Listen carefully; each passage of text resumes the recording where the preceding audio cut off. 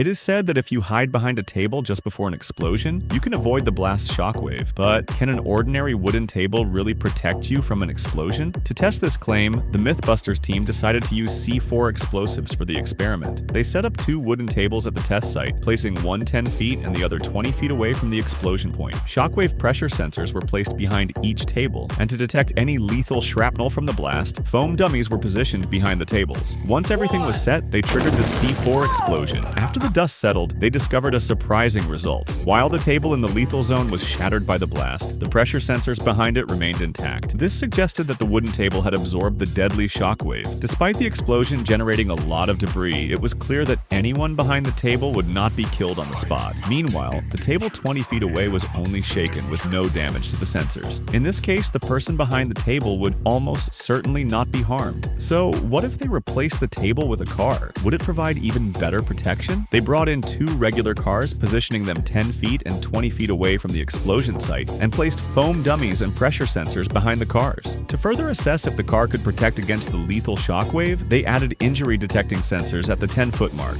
After everything was prepared, Grant detonated the C4. The explosion was even more powerful this time. The car glass in the injury zone shattered, and the tires were torn apart by the shockwave. But surprisingly, the sensors behind the car remained intact, and the cars in the lethal zone were severely damaged. However, anyone behind the cars remained unharmed. So it turns out that cars can also block the deadly shockwave from an explosion, but can a simple trash can provide similar protection?